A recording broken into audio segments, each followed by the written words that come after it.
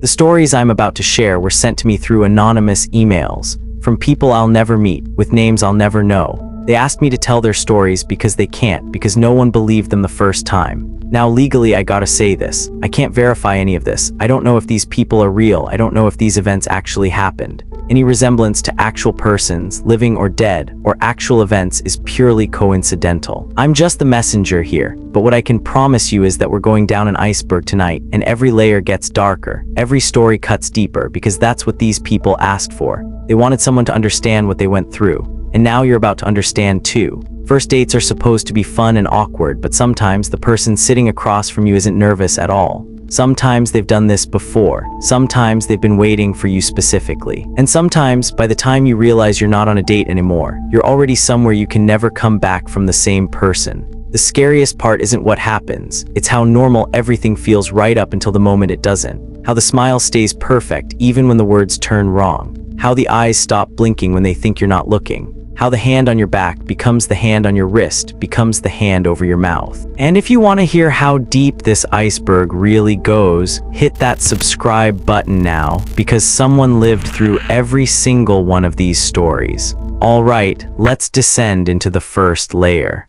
I matched with him on Bumble in early March of 2022, and his name was Adrian, at least that's what his profile said. And everything about him seemed perfectly normal in that way that makes you feel like maybe online dating isn't completely hopeless after all. Like maybe there are still good guys out there who know how to hold a conversation and ask questions that aren't just about what you look like in person. His profile said he was a project manager for a tech company in Seattle, which felt safe and stable, and exactly the kind of person I thought I should be dating at 26 after wasting my early 20s on guys who couldn't commit to plans, let alone relationships. And his photos showed someone who smiled with his eyes and had a dog in 3 of them, which everyone knows is the universal sign of trustworthiness. Even though looking back now, I realize I never asked what the dog's name was, or if it was even his dog to begin with. We texted for 4 days before he asked me to dinner, and nothing about our conversation felt rushed or forced or like he was just trying to get me to meet up as fast as possible so he could see if I matched my photos.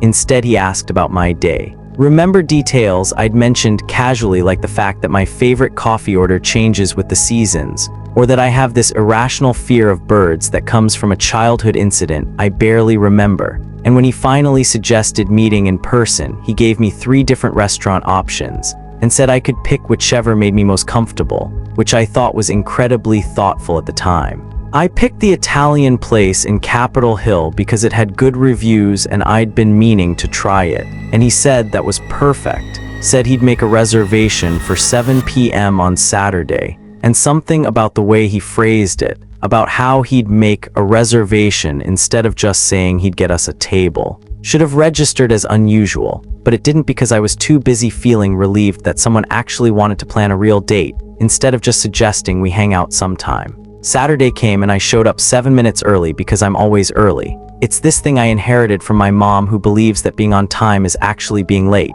And when I walked in, Adrian was already there, already seated at a corner booth. Already ordered us water with lemon, because he remembered from our text that I mentioned I don't drink soda because the carbonation makes me feel bloated. That should have felt sweet. That should have felt like he was paying attention and trying to make a good impression. But something about the way he was sitting there when I arrived, the way he was checking his watch and looking at the door like he was waiting for me to walk in at that exact moment. Something about the way his face lit up, not with surprise, but with confirmation when he saw me, like he knew exactly when I'd arrive and I'd just proven him right. Something about all of that made my skin prickle in a way I couldn't explain.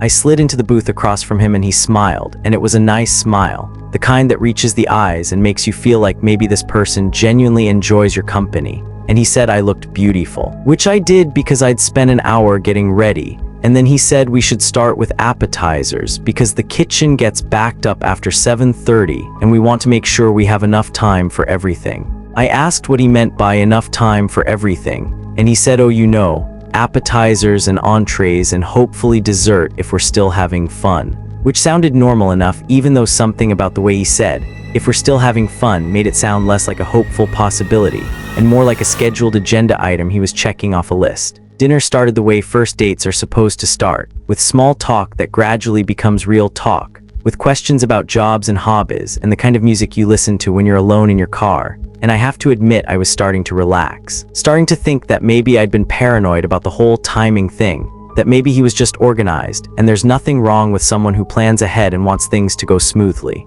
But then I noticed he kept checking his watch, not constantly, not in an obvious way that would make it seem like he wanted to leave, but every few minutes he'd glance down at his wrist like he was monitoring something, like he was keeping track of intervals. And when I asked if he had somewhere to be after this, he said no, said he cleared his whole evening for me, said he just likes to keep track of time because it helps him stay present and engaged instead of losing himself in conversation and forgetting where he is. Which would have made sense except for the fact that someone who's truly present doesn't need to check the time every 5 minutes to remember to be present. But I let it go because I didn't want to seem paranoid or high maintenance, or like I was reading into things that didn't matter. 20 minutes into the meal, right as our appetizers arrived, these perfectly golden arancini that were still steaming when the server set them down, Adrian said we should probably order our entrees now so they come out at the right time. And I said I wasn't sure what I wanted yet because I was still looking at the menu, still trying to decide between 3 different pasta dishes that all sounded incredible,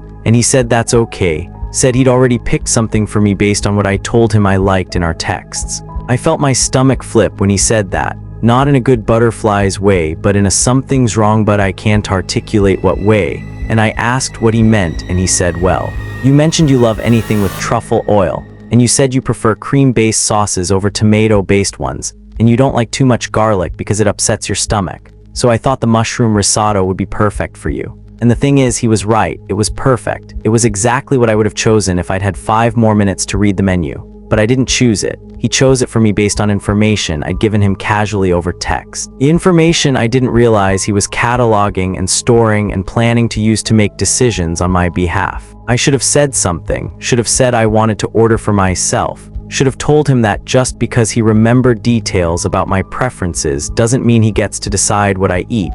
But I didn't because I didn't want to make a scene, didn't want to seem ungrateful. Didn't want him to think I wasn't appreciating the effort he was clearly putting into making this date perfect. So I said okay, said that sounds good, and he ordered for both of us without asking the server to give me a chance to confirm. And the whole time I was sitting there feeling like I just lost some small amount of control that I couldn't get back. The entrees came exactly when he said they would. Perfectly timed, so we finished our appetizers with just enough space to feel ready for the next course, but not so much space that we got bored or restless. And I realized he'd done this before, realized he'd calculated exactly how long each part of the meal should take, and was monitoring our progress to make sure we stayed on schedule. An hour into the date, right as we finished our entrees, and I was starting to feel comfortably full, Adrian wiped his mouth with his napkin, folded it precisely in half, set it on the table, and said we should probably skip dessert because we've been here long enough and the table behind us is waiting. I turned around to look and the restaurant was half empty.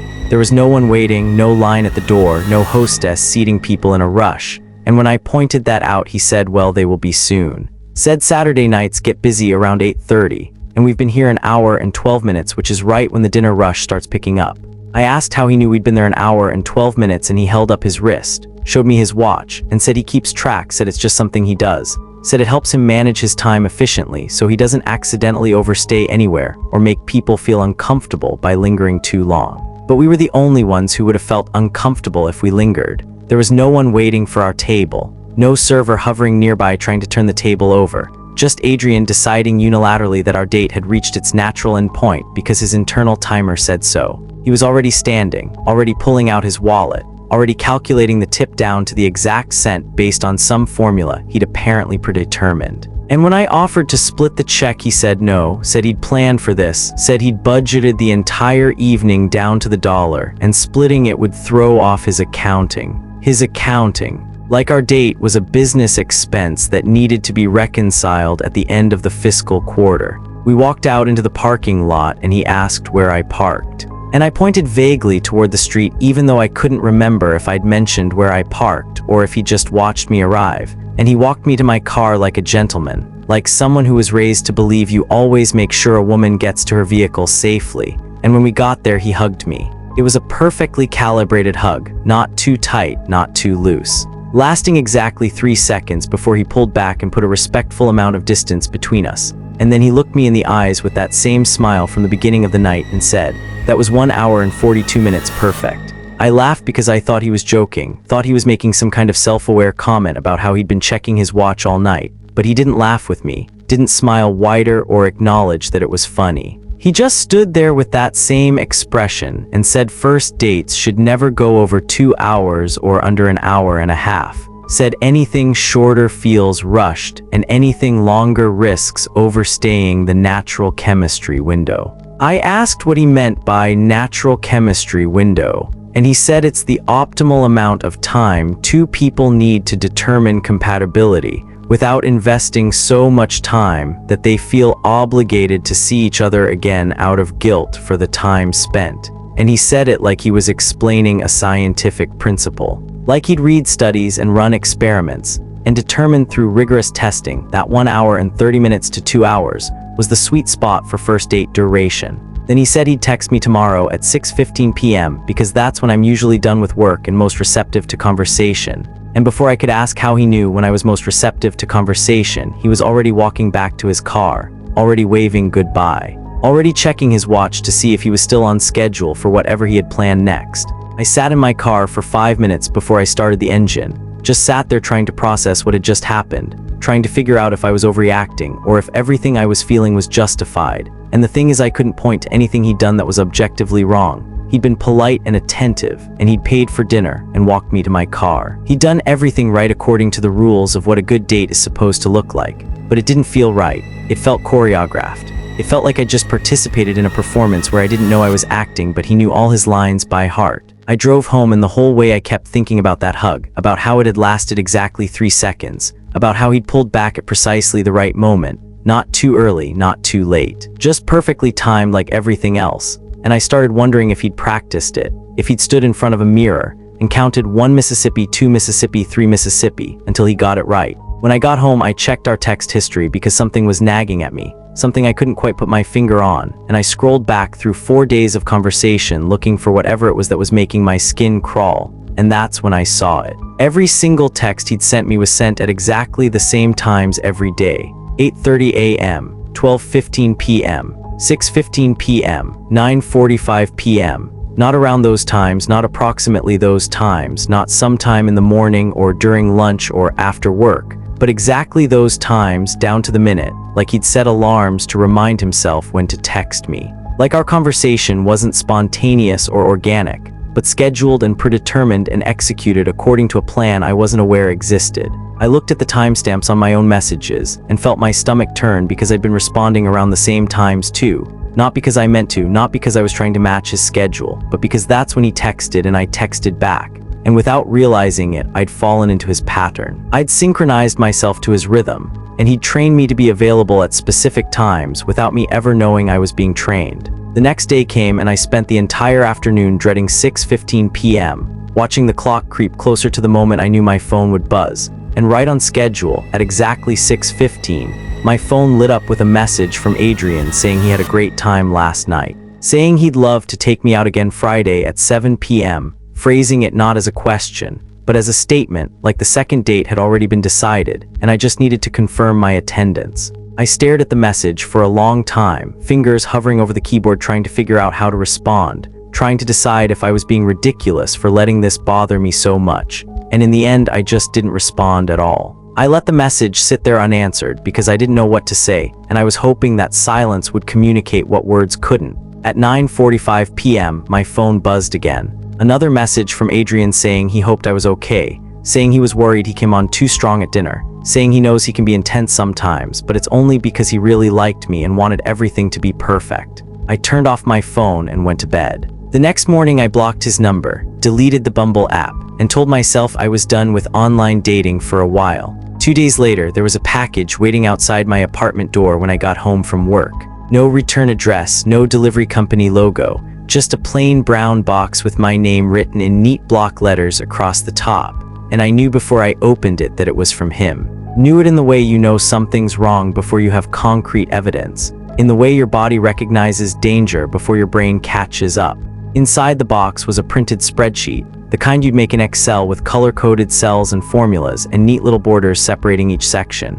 And at the top in bold letters, it said Conversation Analysis. Subject A, and underneath that was every single text we'd ever sent to each other. Every message I'd sent was timestamped and categorized by response time, with my average response time calculated at the bottom, and next to each of my messages was a column labeled receptiveness score, with numbers ranging from 1 to 10 based on God knows what criteria he'd used to determine how receptive I'd been to each conversation. My messages were color-coded, green for responses that came within 50 minutes, yellow for responses between 15 and 30 minutes, red for anything longer, and I could see the pattern he'd seen, could see how I'd gradually trained myself to respond faster and faster as the days went on, how I'd gone from taking an hour to respond on day 1 to taking less than 10 minutes by day 4. On the next page was a detailed breakdown of my preferences. Things I'd mentioned casually in passing that he'd cataloged and organized into categories like food preferences,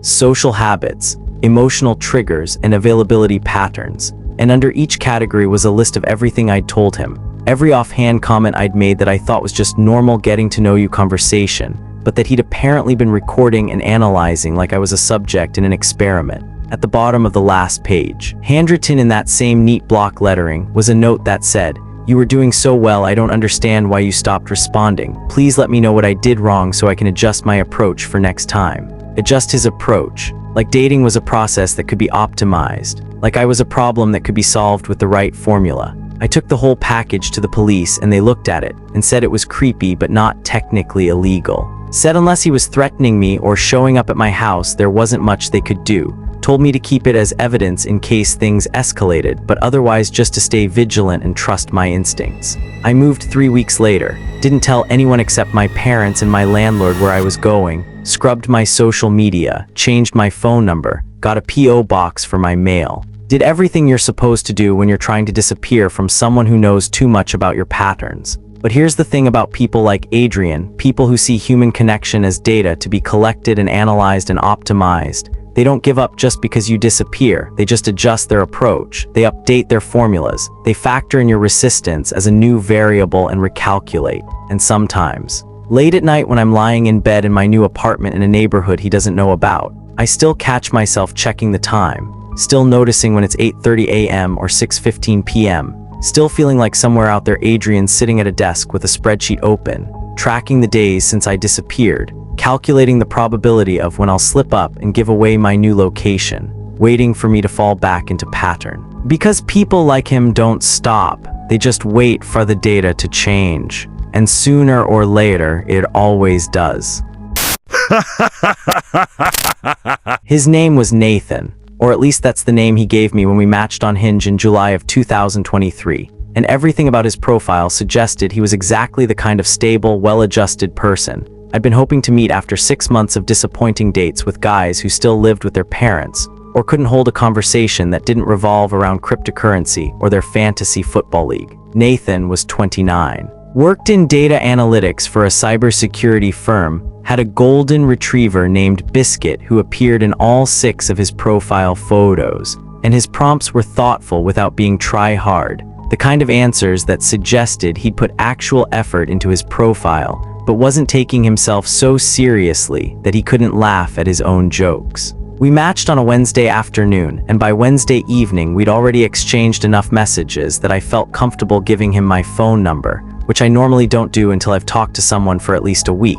But there was something about the way he wrote, something articulate and genuine and self-aware, that made me feel like maybe this one was different. We texted back and forth for 2 days. Conversations that flowed easily from topic to topic, without any of those awkward gaps where you're both trying to figure out what to say next. And by Friday he asked if I wanted to grab coffee that weekend. Said there was a Starbucks in Bellevue that was right between where we both lived, equal distance so neither of us had to drive too far, which I thought was considerate in a way that most guys on dating apps aren't. Saturday came and I showed up at 2 p.m. like we'd agreed, and Nathan was already there sitting at a corner table with 2 drinks already ordered, and when I walked in he stood up and waved and smiled like he was genuinely happy to see me, not just relieved that I matched my photos. And when I sat down he slid one of the drinks across the table and said he'd guessed I'd like a vanilla latte based on something I'd mentioned about loving vanilla in our texts. And he was right, I do love vanilla. And a vanilla latte was exactly what I would have ordered if given the choice,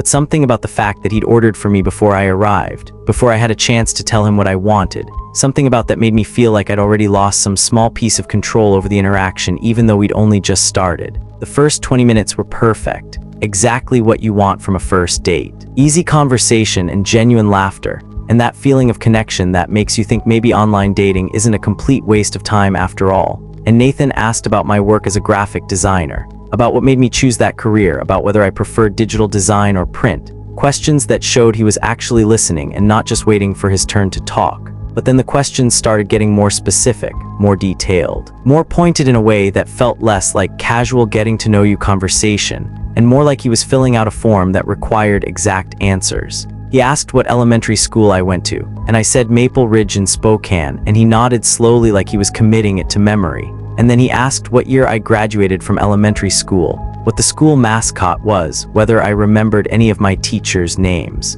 And I answered because they seemed like normal follow-up questions, even though something about the way he was asking them felt methodical. Then he asked what my first pet's name was, and I said Snowball, and he smiled and said that's a sweet name, asked what kind of pet it was, asked how old I was when I got Snowball, asked if Snowball was still alive or if it had passed away and how that made me feel.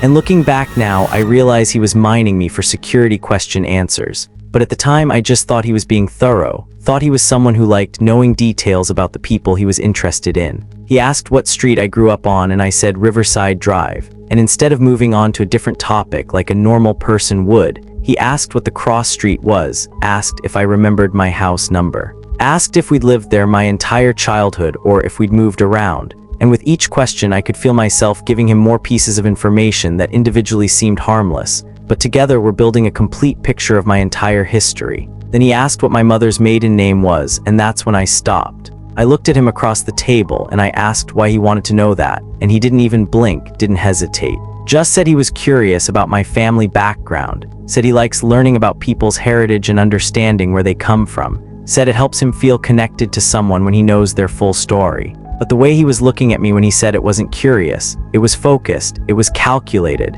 It was the look of someone who was checking boxes on a list and waiting for me to fill in the last few blanks. And I realized that every single question he'd asked me over the past 30 minutes had been designed to extract information that could be used to access my accounts, reset my passwords, verify my identity. I changed the subject as casually as I could, asked about his job, and he said he works in data security, said his company helps businesses protect sensitive customer information from hackers and identity thieves. Said most people don't realize how easy it is to steal someone's identity if you know the right questions to ask. He said it like it was a fun fact, like he was making small talk about the weather, but the entire time he was watching me, gauging my reaction, waiting to see if I'd understand what he was really telling me. I asked what kind of information identity thieves usually go after, and he said mostly personal identification data. Things like social security numbers and addresses and security question answers. Said most people use the same answers across multiple accounts because they think things like their first pet's name or the street they grew up on are too obscure for anyone to guess. Said it's actually incredibly easy to get that information out of someone if you just ask the right questions in the right way. And then he smiled. Not a friendly smile, not a reassuring smile, but a smile that said, "I just told you exactly what I'm doing and you still don't see it." I finished my coffee as quickly as I could without making it obvious that I was rushing. Said I had plans later that afternoon, which I didn't. Said it was really nice meeting him, but I should probably get going. And Nathan didn't argue, didn't try to convince me to stay longer. Just stood up and extended his hand for a handshake. Very formal, very professional. Like we just concluded a business meeting. He held my hand a second too long and said it was nice meeting me. Said he hoped we could do it again soon, said he'd be in touch. And the way he said, "I'll be in touch," sounded less like a hopeful possibility and more like a promise. Like a guarantee that this wasn't over just because I was walking away. I left the Starbucks and sat in my car for 10 minutes trying to calm my heart rate down. Trying to tell myself I was overreacting. Trying to convince myself that maybe he was just socially awkward and didn't realize his questions were inappropriate. But I couldn't shake the feeling that I'd just been interviewed instead of dated. That every answer I'd given him was going to be used for something I didn't consent to.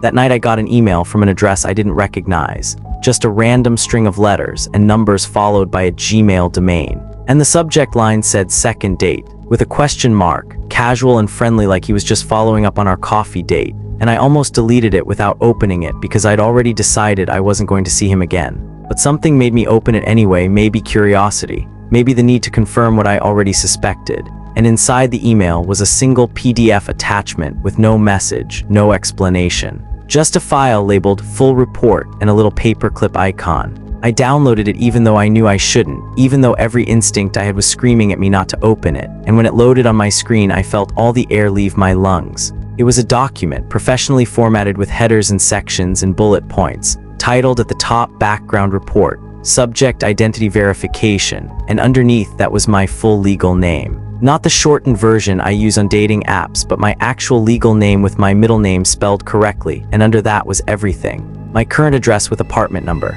my previous address from 2 years ago when I lived in a different city, my phone number, my email addresses, both the one I give to people I meet online and the one I only use for banking and official documents, my mother's maiden name, my childhood pet's name, the elementary school I attended, the street I grew up on, but it didn't stop there. There was my social security number just sitting there in plain text like it was public information. There was my bank name and the last 4 digits of my account number. There was my car make and model and license plate number. There was a photo of my apartment building taken from across the street. There was a screenshot of my Instagram from 2 years ago before I made it private. A photo I'd forgotten I'd posted of me and my friends at a concert. And in the corner of the screenshot, he'd circled my face and drawn an arrow pointing to a timestamp. At the bottom of the document, in small red text, was a note that said, "You're very easy to find. You should be more careful about what information you share with strangers. Looking forward to our next conversation." I sat there staring at my screen for what felt like hours, but was probably only minutes, trying to process what I was seeing, trying to understand how someone could compile this much information about me in less than 48 hours. And then I realized he hadn't compiled it in 48 hours. He'd compiled it before we even matched. He'd found me on Hinge and researched me and built this entire profile before we ever started talking. And our conversation at Starbucks wasn't about getting to know me. It was about confirming the information he'd already collected and filling in the gaps he couldn't find online. I called the police and the dispatcher asked if I'd been threatened and I said no. And she asked if he'd shown up at my house and I said no. And she asked if he'd stolen money or accessed my accounts and I said no, not yet. And she said without a direct threat or evidence of a crime there wasn't much they could do. Said I should block him and report him to Hinge and maybe consider freezing my credit just to be safe. I did all of that. Blocked his email, blocked his phone number, reported his Hinge profile which was mysteriously deleted by the time I tried to report it, froze my credit with all 3 bureaus, changed every password I had,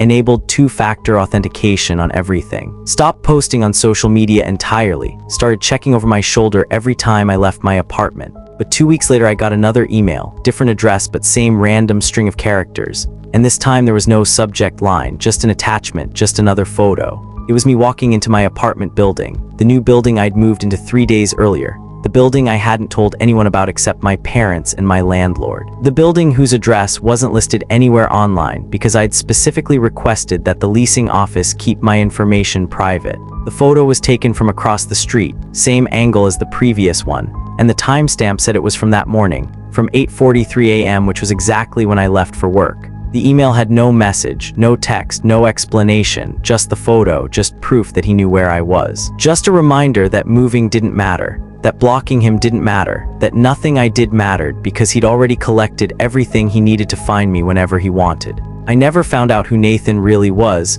I tried searching his name and his face and nothing came up.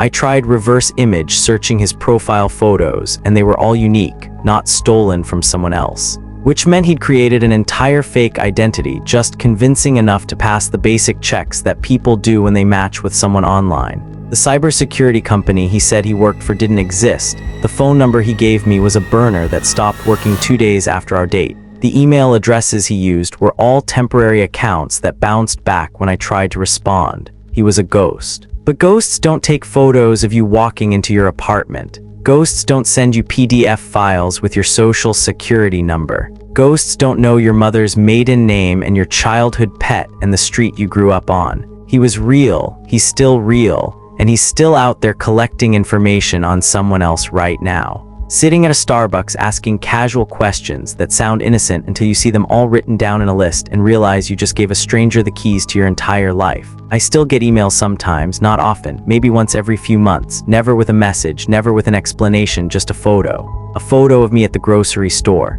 a photo of me getting gas, a photo of me walking into work, just to remind me that he's still watching, that he's still there, that I'm part of his collection now, and collections don't just go away because you ask them to. And the worst part isn't that he has my information, isn't that he knows where I live and where I work and what my daily routine looks like. The worst part is that I gave it to him. I sat across from him at a Starbucks and answered every single question he asked because I thought we were having a conversation. I thought someone was interested in getting to know me. But I wasn't a person to him. I was data, and data doesn't get to say no. I was 24 when I moved to Boston in January of 2020, fresh out of grad school with a master's degree that everyone told me would open doors, but that mostly just opened my eyes to how expensive living in a real city actually is when you're trying to pay off student loans and afford rent at the same time. I'd been looking for apartments for 3 weeks, scrolling through listings that all seemed to require first month, last month, security deposit, and your firstborn child just to qualify. And I was starting to think I'd have to move back in with my parents in Ohio when I found a listing on Craigslist that seemed too good to be true, which of course meant it probably was. But when you're desperate and broke, you start convincing yourself that maybe this time the too good to be true thing is actually just good. The listing said basement apartment in Dorchester. 1 room with attached bathroom and kitchenette, $400 a month including all utilities. And I remember staring at that number thinking there had to be a catch. Thinking maybe it was a scam, or maybe the apartment was actually a closet, or maybe the landlord was going to murder me and wear my skin as a coat.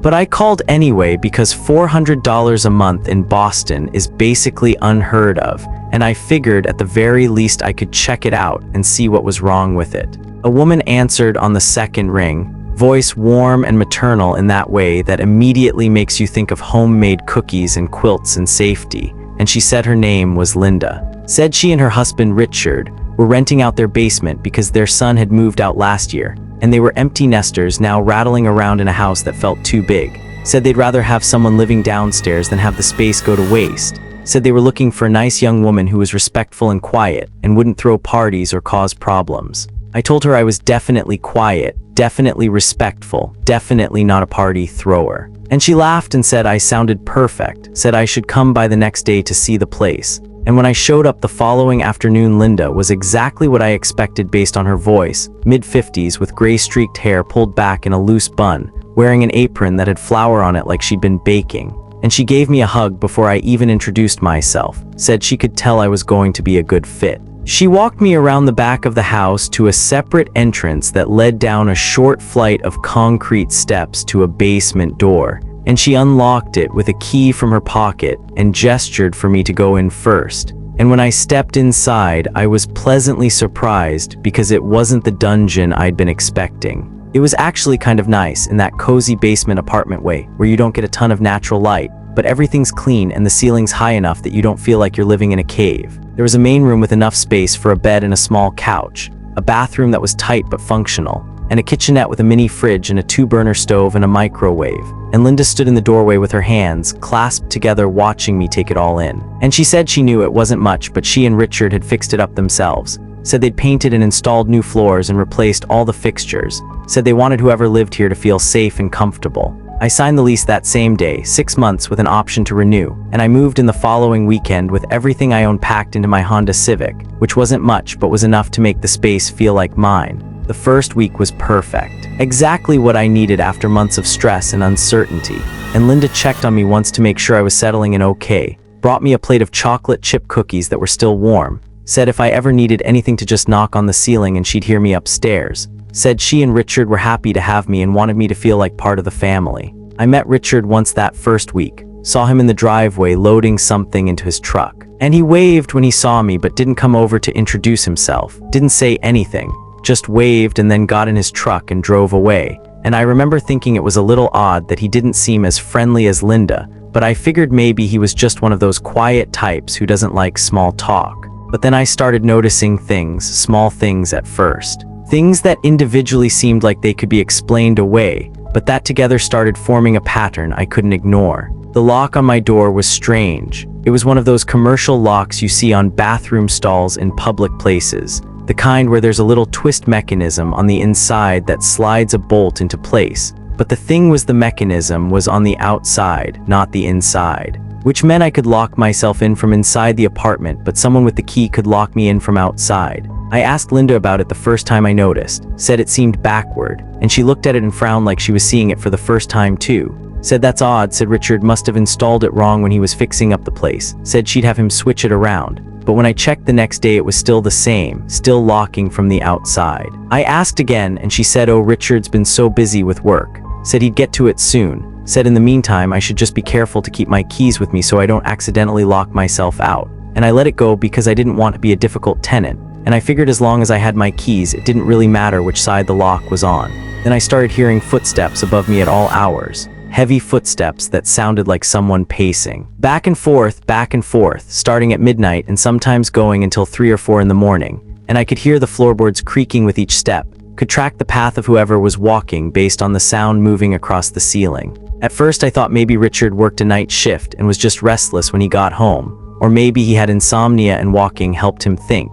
But the pacing was too regular, too methodical. Like someone walking a predetermined route over and over again, like someone keeping watch. And then there were the voices, muffled through the ceiling but loud enough that I could tell they were arguing, and it was always the same pattern. A man's voice loud and sharp and angry, and a woman's voice quieter and pleading, and then silence. Heavy silence that somehow felt worse than the yelling, because I couldn't tell if it meant they'd resolved things, or if something had happened that stopped the conversation completely. I told myself it was normal couple stuff. People fight, people have disagreements, people raise their voices when they're frustrated. But something about the way Linda's voice sounded during those arguments, something about the tone underneath the words, made me think this wasn't just normal couple stuff. Made me think something was wrong upstairs that I couldn't see from down here. 2 weeks into living there, my phone stopped working inside the apartment. Not completely dead, but no signal, no bars, no data, just no service in the corner of the screen no matter where I stood or how high I held the phone or how many times I restarted it.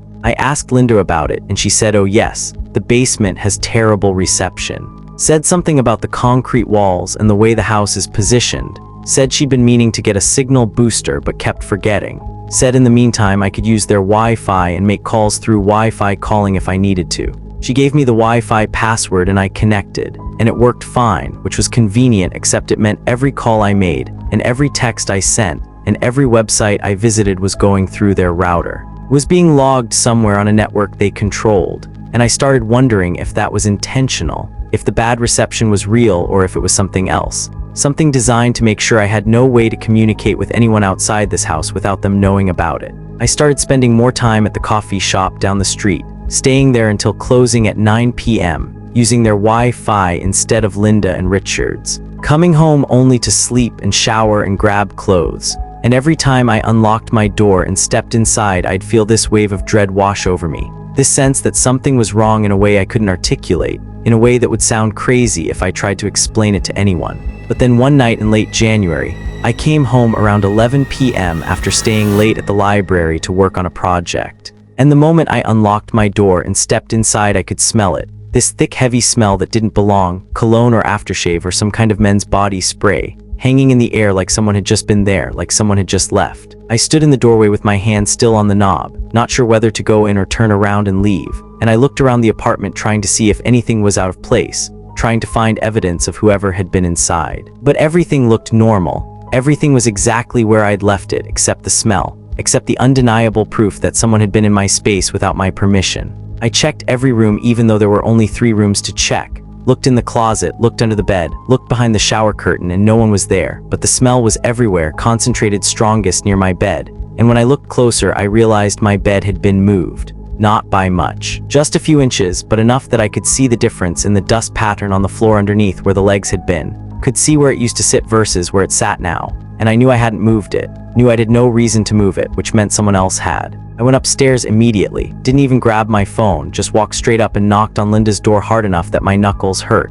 And she answered in her nightgown, looking confused and concerned. And I asked if anyone had been in my apartment today, if maintenance had come by, if she needed to check something, and she said no one had been down there, said she'd been home all day and would have noticed if someone came by, asked if something was wrong. I told her about the smell and the bed being moved and she frowned and said that's strange, said maybe I'd moved it earlier and forgotten. Said sometimes when we're stressed we do things automatically and don't remember doing them. And I said no, I didn't move my bed, someone moved my bed, and she just stood there looking at me with this expression that was trying to be sympathetic but came across as patronizing, like she was humoring me, like she thought I was making things up or being paranoid or overreacting to nothing. I went back downstairs and locked myself in. Pushed my dresser in front of the door even though I knew it wouldn't do much if someone really wanted to get in, and I didn't sleep that night. Just sat on my couch with the lights on listening to every creak and footstep and sound the house made, trying to determine what was normal house noise and what was someone moving around with purpose.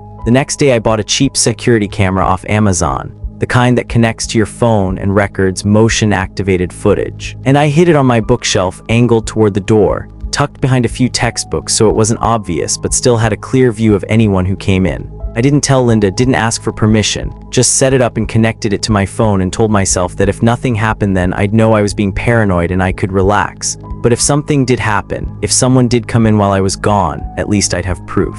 That night I left around 8 p.m., told Linda I was going to study at the library, and I stayed there until 10. And the whole time I kept checking my phone waiting for a motion alert, half hoping it would go off so I'd have confirmation, half hoping it wouldn't so I could stop feeling like I was losing my mind. The alert came at 8:47 p.m. My phone buzzed in my pocket, and when I pulled it up the notification said motion detected in living room. And my hands were shaking so hard I could barely tap the screen to open the live feed, but by the time it loaded whoever had triggered the sensor was gone, and all I saw was my empty apartment exactly as I'd left it. But the recording was there, the 30-second clip that the camera automatically saved when it detected movement, and I sat there in the library with headphones on and watched it 3 times before I fully processed what I was seeing. At 8:45 p.m., my door opened. Not forced open, not broken into, just unlocked normally like someone had a key, which of course they did because Richard was the landlord. Richard stepped inside and stood in the doorway for a full minute, just stood there completely still looking around my apartment like he was taking inventory, like he was checking to make sure everything was where he expected it to be, and then he walked slowly to my bed, moving with this deliberate, careful pace like he didn't want to disturb anything.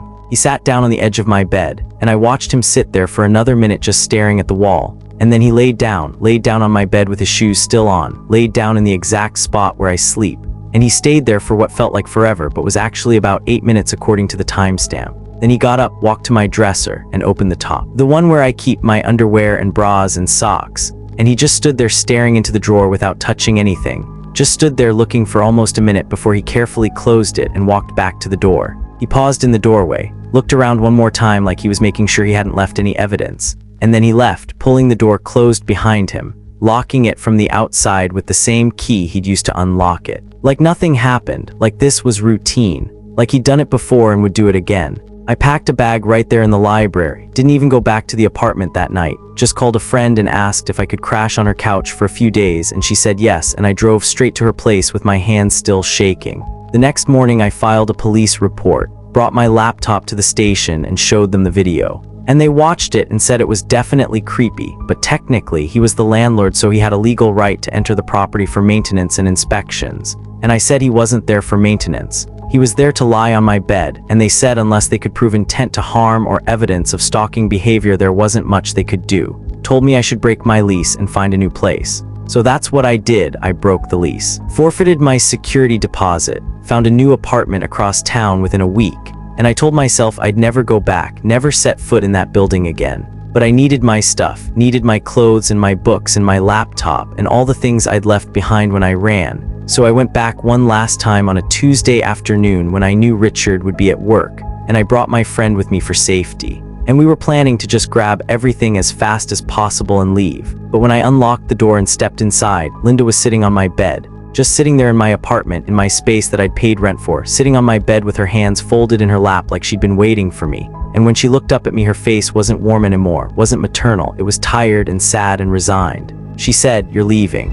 Not a question, a statement. I said yes, I'm leaving, and she stood up slowly, walked past me without making eye contact. And when she got to the doorway, she stopped and turned back and said, "They always leave." I asked what she meant, asked who they were, and she just looked at me with this exhausted expression and said, "He needs this, please don't take it from him, he doesn't hurt anyone, he just needs to know someone's here, please don't report this, please just go and forget about us." And then she walked out, walked up the stairs back to her house, and I stood there trying to understand what she just said. trying to figure out if she was asking me not to report them or warning me about what would happen if I did. My friend and I grabbed everything we could carry, loaded it into our cars, and we left, and I didn't look back, didn't say goodbye, just drove away and tried to pretend like those 3 weeks had never happened. I tried to get my security deposit back, but Linda said I'd broken the lease and forfeited it. I tried to report them to the city, but without proof of physical harm, the housing inspector said they couldn't do anything without a formal complaint, and I didn't want to file one because I just wanted to move on. So I let it go. But 6 months later, I was scrolling through Craigslist looking for furniture, and I saw a listing that made my stomach drop. Basement apartment in Dorchester, 1 room with attached bathroom and kitchenette, $400 a month including all utilities, looking for a nice quiet young woman who won't cause problems. Same listing, same language, same address, same trap. I called the number just to see, and Linda answered, same warm voice, same maternal tone, and she asked if I was interested in seeing the place, and I said yes, and she said wonderful. Said she and her husband would love to have me, said they were looking for someone just like me. I hung up without saying anything else. I checked that listing every few months, and it's always there, always available, always $400 a month, always looking for nice, quiet young woman.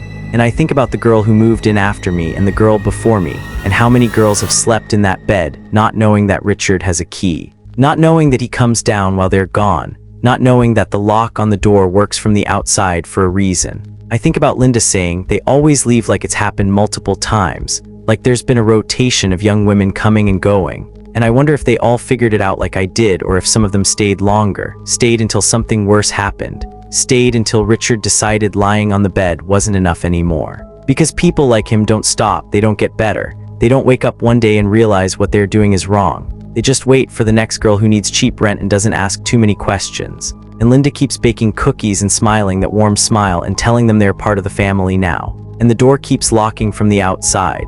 And somewhere right now tonight, there's a girl sleeping in that basement apartment with no signal on her phone. And she doesn't know that upstairs Richard is putting on his shoes, is checking the time, is waiting for the right moment to come downstairs with his key. And by the time she figures it out, by the time she smells the cologne and sees the bed moved and realizes what's been happening, it'll be too late to leave without losing something you can never get back. The feeling that your space is yours. The belief that locked doors means safety. The knowledge that when you're alone, you're actually alone. Because in that apartment, you're never alone. Richard's always there. He's just waiting for you to leave so he can come inside.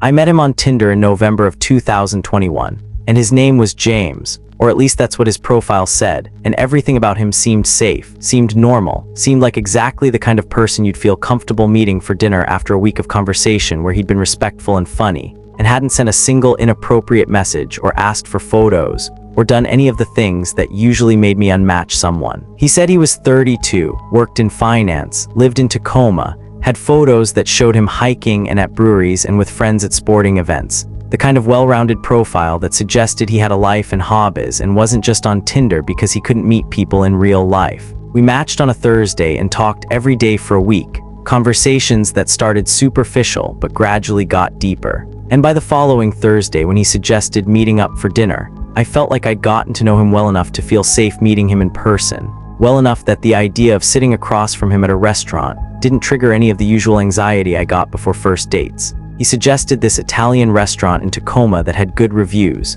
and I told him I lived in Seattle, which was about 40 minutes south, and he said he'd make it worth the drive. Said the food was incredible and the atmosphere was romantic, and he really wanted to take me somewhere nice instead of just grabbing drinks at a generic bar. And I appreciated that he was putting thought into it, appreciated that he wanted to make a good impression. The date itself was fine, better than fine actually. It was one of the better first dates I'd been on in months, and James was exactly who he'd seemed like over text, charming and attentive and easy to talk to. Asking questions about my life and my job and my family in a way that felt genuine rather than perfunctory. And by the time we finished dinner around 10 p.m., I was thinking this might actually turn into something, might actually be worth the 40-minute drive I'd been worried about. We walked out to the parking lot together and he walked me to my car, and when we got there he asked if I'd ever been to this dessert place nearby. Said they made the best tiramisu in Washington. Said it was only about 10 minutes away and we should go if I wasn't too tired, if I didn't need to get home right away. I hesitated because it was already 10 and I had work the next morning, and the drive back to Seattle was going to take at least 40 minutes, probably longer with late night traffic. But he looked so hopeful, and the date had been so nice, and I didn't want it to end yet either, so I said okay. Said we could go for a little bit, and he smiled and said great, said he'd lead the way and I could follow him since I didn't know the area. That should have been my first warning. The fact that he offered to lead me somewhere instead of just giving me the address and meeting me there. But I didn't think anything of it at the time because I really didn't know Tacoma very well, and it seemed easier to just follow him than to try to navigate on my own. We got in our cars and I started my engine and pulled out behind him, and his headlights were bright in my rearview mirror for a second before he pulled in front of me and started driving, and I followed, keeping a car length or two between us, just following his taillights through the parking lot and onto the main road. But instead of leading me toward downtown Tacoma, where I assumed the dessert place would be, he turned onto a side street, and then another side street, and then onto a road that took us away from the commercial area with the street lights and the businesses and the people, took us into a residential neighborhood with houses that got farther apart and streets that got darker and narrower. I kept following because I told myself he knew where he was going, told myself maybe the dessert place was in a residential area, told myself there was probably a perfectly reasonable explanation for why we were driving deeper into a neighborhood I didn't recognize. But with every turn we took, I could feel my anxiety climbing, could feel that voice in my head getting louder, the voice that says something's wrong even when you can't logically explain what it is. I tried to turn on my GPS to see where we were going, but my phone kept saying, searching for signal. Kept showing that little spinning circle that means it can't connect. And I looked up at the street signs as we passed them, trying to remember the names so I could find my way back if I needed to. But they were flying by too fast and it was too dark to read them clearly. We'd been driving for 15 minutes, way longer than the 10 minutes he'd said it would take, and we were nowhere near anything that looked like a dessert place. Nowhere near anything that looked like a business district. Just houses and trees and darkness. And that's when I decided I needed to turn around, needed to stop following him and find my way back to the highway myself. I slowed down and looked for a place to turn around, looked for a side street or a driveway where I could pull a U-turn. But before I could find one, James pulled over to the side of the road and put his car in park and got out. I watched him get out of his car and walk toward mine, and every instinct I had was screaming at me to drive away, to just hit the gas and leave him standing there. But I didn't because I thought maybe there was a reason he'd pulled over. Maybe his car was having problems. Maybe he'd realized we'd gotten lost and was coming to apologize and suggest we head back. So I sat there with my doors locked and my hands on the steering wheel. And he walked up to my driver's side window and knocked on the glass. And when I looked at his face through the window, his expression was friendly, was concerned, was the same expression he'd had all through dinner. I rolled down my window about 2 inches, just enough that we could hear each other, but not enough that he could reach inside. And I said, "What's wrong? Is your car okay?" And he said, "Yeah, my car's fine. I just thought I heard a weird noise coming from it and wanted to check." "Did you hear anything?" I said, "No, I didn't hear anything." And he said, "Can you step out for a second and listen with me? Sometimes it's easier to hear when you're outside the car." And everything about that request felt wrong, felt dangerous, felt like a trap I was being asked to walk into with my eyes open. I said I really needed to get home, said I had an early morning and I should probably just head back, and I started rolling up my window. But he put his hand on the glass and leaned in closer and said, "Just for a second. I promise it'll only take a minute. I just want to make sure it's safe to keep driving and I need a second opinion." And the way he said it was still friendly, was still polite, was still using that same charming tone he'd used all through dinner. But his eyes had changed, had gone from warm to flat, had gone from engaging to empty. Like someone had flipped a switch behind them and turned off whatever had been making him seem human. I put my car in drive and he saw me do it, and his hand moved from resting on the glass to gripping the top of my window, and he said, "Hey, don't be like that, I'm just asking for help. Don't you want to help me?" And his voice was still calm, but there was an edge underneath it now, an edge that said we were done pretending, that the mask was coming off whether I was ready or not. I said, "I have to go," and I pressed the gas, not hard, just enough to start rolling forward slowly.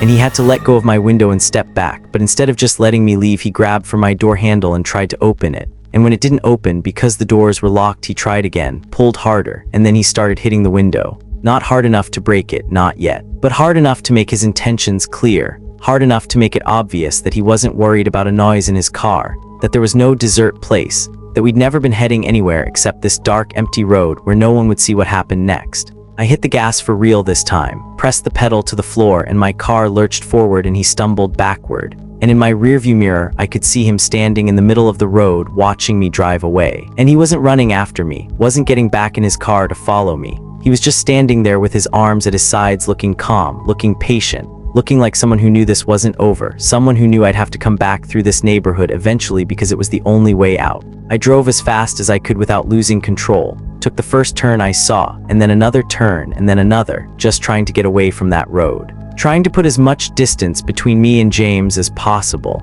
And after what felt like forever, I saw lights, saw a main road with street lights and businesses and other cars, and I pulled into the first gas station I saw. I ran inside and told the clerk to call the police, and he looked at me like I was crazy, but he called. And when the officers arrived 20 minutes later, I told them everything. Told them about the date and the drive and how James had tried to get me to step out of my car on a dark road. And they took my statement and said they'd look for him, said they'd check the area, but when they came back an hour later, they said they didn't find anyone, said the road I described was empty, said his car was gone. They asked for his name and his phone number and any information I had about him, and I pulled up his Tinder profile to show them. But it was gone, his account had been deleted, and when I tried to call the phone number he'd given me, it was disconnected, and when I tried to text him, the message wouldn't go through. He disappeared completely, like he'd never existed. Like the entire date had been something I'd imagined, except I had the restaurant receipt in my purse,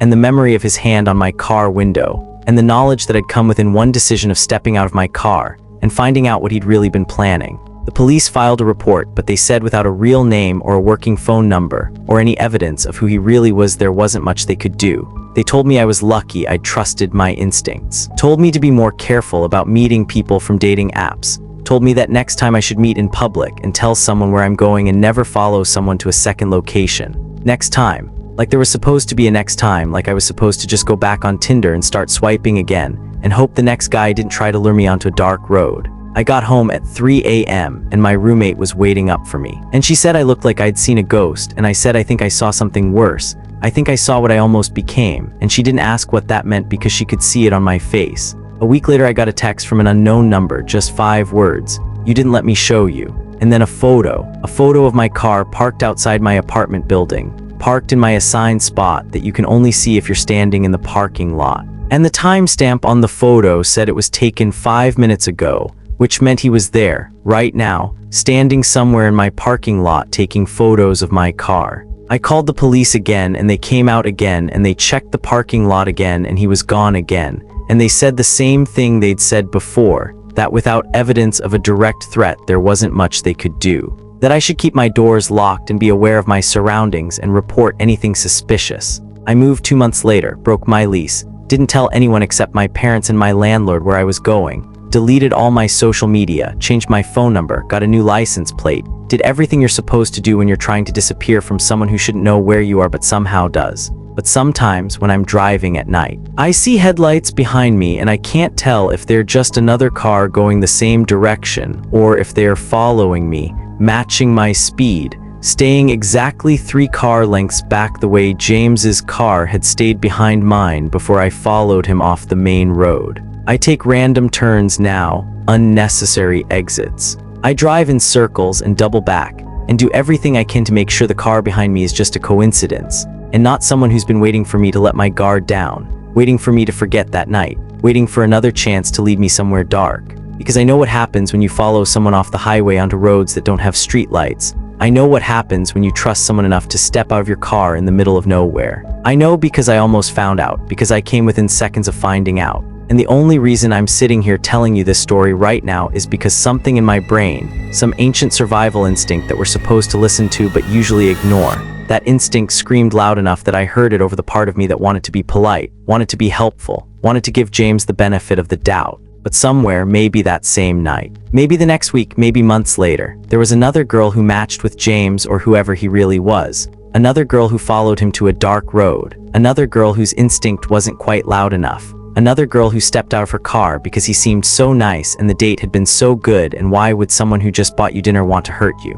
And she found out what he wanted to show me, and she never made it home. And no one ever found her profile to delete, never found her car abandoned on a side street, never found her phone with the disconnected number saved under James. Because people like him don't leave evidence, don't leave trails, don't leave anything except the absence of the girls who trusted them. And somewhere right now tonight, he's swiping through profiles looking for the next one. Looking for someone who seems kind and trusting and a little bit naive. Someone who will think it's sweet that he wants to take her somewhere nice. Someone who will follow him when he says it's only 10 minutes away. Because predators don't look like predators. They look like good first dates. They look like someone who finally gets you. They look like the person you've been hoping to meet. Right up until the moment you realize the person you've been talking to never existed at all. And the person standing outside your car asking you to step out isn't someone who wants dessert. He's someone who's hungry for something else entirely. And by the time you figure that out, you're already miles away from anyone who can help you, already on a road that doesn't show up on GPS,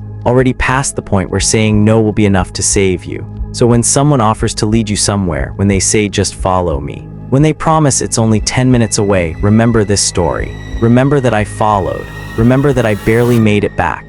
And remember that the girl who came after me didn't. These stories found their way to me because the people who lived them needed to know they weren't crazy, needed to know that what they felt was real, that the fear was justified. And now they've found you. If you made it this far, if these stories sat heavy in your chest, hit that subscribe button. Because tomorrow we go even deeper, and someone needs to hear these. We keep swiping, keep meeting strangers, keep hoping the next one will be different, but sometimes the person across the table isn't looking for love. They're looking for someone who won't ask too many questions. Someone who will follow them down a dark road. Someone who will step out of the car. Trust your gut, leave when it feels wrong, and always, always tell someone where you're going. Because the monsters don't look like monsters. They look like a great first date, until they don't. Stay safe out there. And remember, if you have a story that needs to be told, maybe it'll find me too.